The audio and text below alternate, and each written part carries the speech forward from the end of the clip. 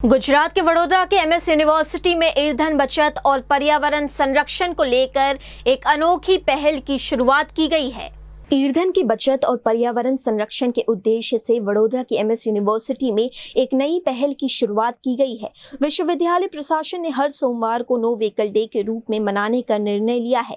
प्रधानमंत्री की अपील के बाद विश्वविद्यालय द्वारा इस संबंध में एक परिपत्र जारी किया गया है, जिसमें कर्मचारियों और विद्यार्थियों से निजी वाहनों का उपयोग कम करने और वैकल्पिक परिवहन अपनाने का आग्रह किया गया है। इस पहल के तहत एमएस यूनिवर्सिटी के पास कुलपति प्रोफेसर भालचंद्र भनगे स्वयं ई व्हीकल बाइक पुलिंग के माध्यम से विश्वविद्यालय पहुंचे और सभी के सामने एक पॉजिटिव उदाहरण पेश किया। व्हीकल पुलिंग करनी चाहिए, as far as possible EV होना चाहिए और अगर पॉसिबल हो तो पैदल आना चाहिए। यूनिवर्सिटी को मेरा यही मैसेज है कि कम से कम ऑयल यूज करें। पेट्रोलियम प्रोडक्ट हमारे यहाँ इंपोर्ट होते हैं तो कम से कम यूज करो। वहीं विश्वविद्यालय के रजिस्ट्रार चुदासमा पैदल चलकर हेड ऑफिस पहुंचे। विश्वविद्यालय प्रशासन का मानना है कि इस पहल से न केवल ईंधन की बचत होगी बल्कि पर्यावरण संरक्षण के प्रति भी लोगों में जागरूकता बढ़ेगी।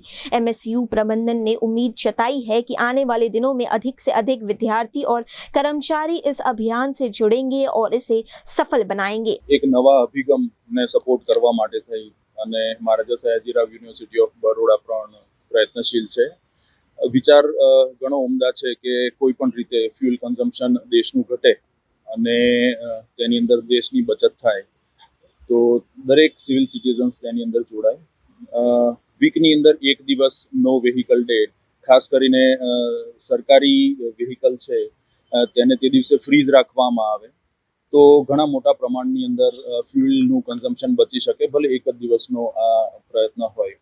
सरकारी काम थी जो जवानुं थतुं होय तो ए काम ऑनलाइन मीटिंग द्वारा थई शके तो तेनो प्रयत्न यूनिवर्सिटी करे। बीजा कोई ट्रावेल्स यूनिवर्सिटी तरफथी कोई कॉन्फ्रेंसीस होय, कोई मीटिंग्स होय अथवा तो तेना माध्यमथी यूनिवर्सिटीनी अंदरथी तेना प्रयत्नो एवा छे के बने त्यां सुधी ते टाळवुं। અને હમણાં યુનિવર્સિટીએ જે કંઈ પણ ફોરેન વિઝિટ્સ છે એક્સપર્ટ માટે અથવા તો પ્રોફેસર્સને બીજી કોઈ યુનિવર્સિટીની અંદર આમંત્રણ હોય અથવા કોઈ સેમિનાર કોન્ફરન્સ માટે જવાનું હોય તો તે પણ ઓન હોલ્ડ અત્યારે યુનિવર્સિટીએ રાખ્યું છે। યુનિવર્સિટી કોઈ પણ કર્મચારીએ ટીચિંગ હોય કે નોન ટીચિંગ હોય તેને અત્યારે અબ્રોડ વિઝિટ માટે અથવા ફોરેન ટ્રાવેલ માટે થઈ અને અત્યારે પરમિશન નથી આપી રહી। તેમજ ગુજરાતની બહાર જો જવાનું થાય અને એ ફ્લાઇટ દ્વારા જવાનું થતું હોય તો તેની પણ પરમિશન યુનિવર્સિટી અત્યારે આપી રહી નથી। તદુપરાંત જો ગુજરાતની અંદર જ જવાનું હોય અને એ પણ બને ત્યાં સુધી યુનિવર્સિટીના વ્હીકલ્સ દ્વારા જવાનું થતું હોય તો તેની પણ પરમિશન અત્યારે યુનિવર્સિટી નથી આપી રહી।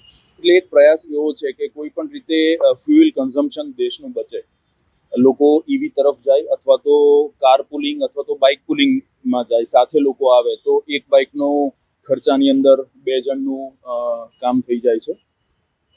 તદુપરાંત આ એક કલ્ચર ડેવલપ થાય over a period of time એનો પ્રયત્ન છે કે દર વીકમાં એક વખત એટલીસ્ટ આપણે ઝુંબેશ ઉપાડી અને ફ્યુઅલ કન્ઝમ્પશન ઘટાડી શકીએ તો હજારો લીટર ફ્યુઅલ દરેક યુનિવર્સિટીમાં દરેક ઓર્ગેનાઇઝેશનની અંદર બચી શકે।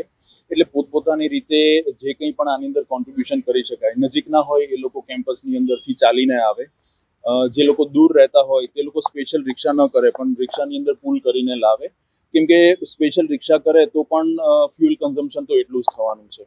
એટલે એક એવો રસ્તો કાઢે કે જેની અંદર વધારે લોકો ભેગા થઈ અને વધારે કન્ઝમ્પશન છે તે ન કરે પણ વધારે લોકો ભેગા થઈ અને ઓછું કન્ઝમ્પશન કરી શકે તેના રસ્તાઓ, આ એક કલ્ચર છે, એક ટેવ છે અને એક પ્રયાસ છે જેની અંદર અવનવીન રસ્તાઓ હવે લોકો અને કર્મચારીઓ કાઢશે, જેથી કરી અને કોઈક રીતે જે સરકારશ્રીનો અભિગમ છે કે આપણે દેશ માટે થઈ અને એક નાનું ટીપું પણ કોન્ટ્રીબ્યુટ કરીએ તો it will work as a miracle.